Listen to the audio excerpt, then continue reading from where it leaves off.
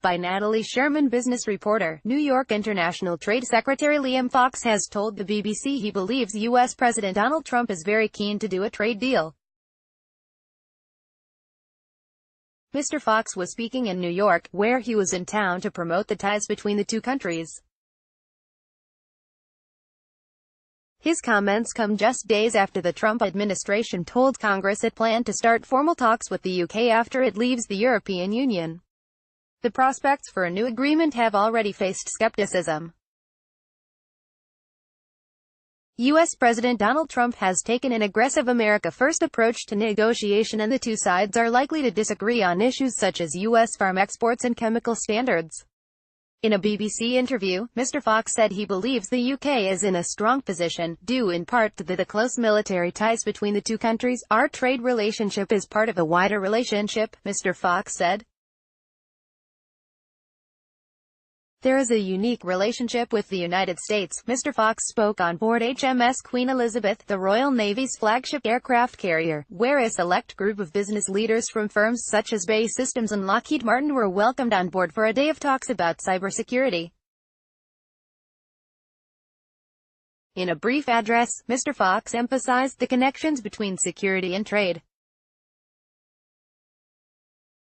He also had a bit of pomp planned for later in the evening, the hoisting of the Trade Department's flag on a Navy vessel for the first time in some 200 years. Trade and security are linked, he told the crowd of more than 100 people.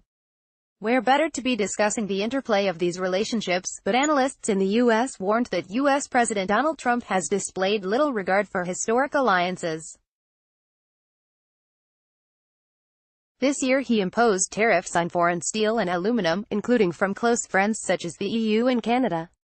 He has also threatened to levy tariffs on foreign cars and car parts. The president has shown when it comes down to some of these issues, it doesn't matter if you're an ally or not, said Daniel Hamilton, a professor at the Johns Hopkins School of Advanced International Studies in the U.S.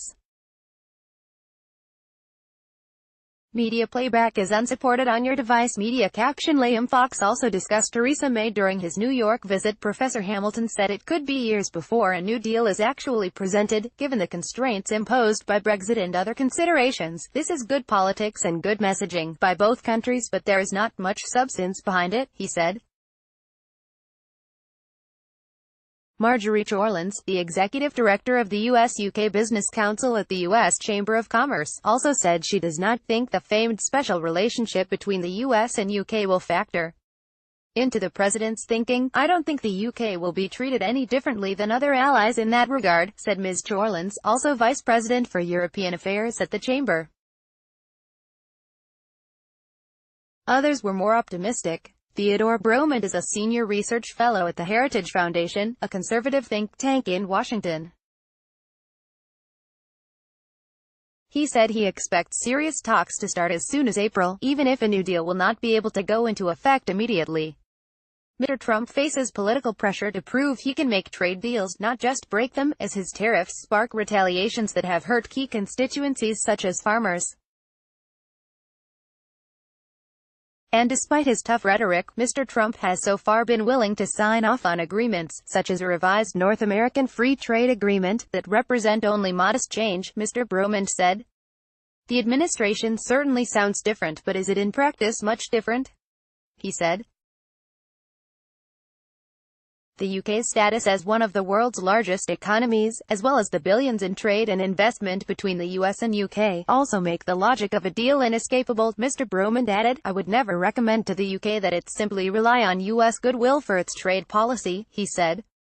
But the structural advantages that the UK has in dealing with the United States shouldn't be underestimated.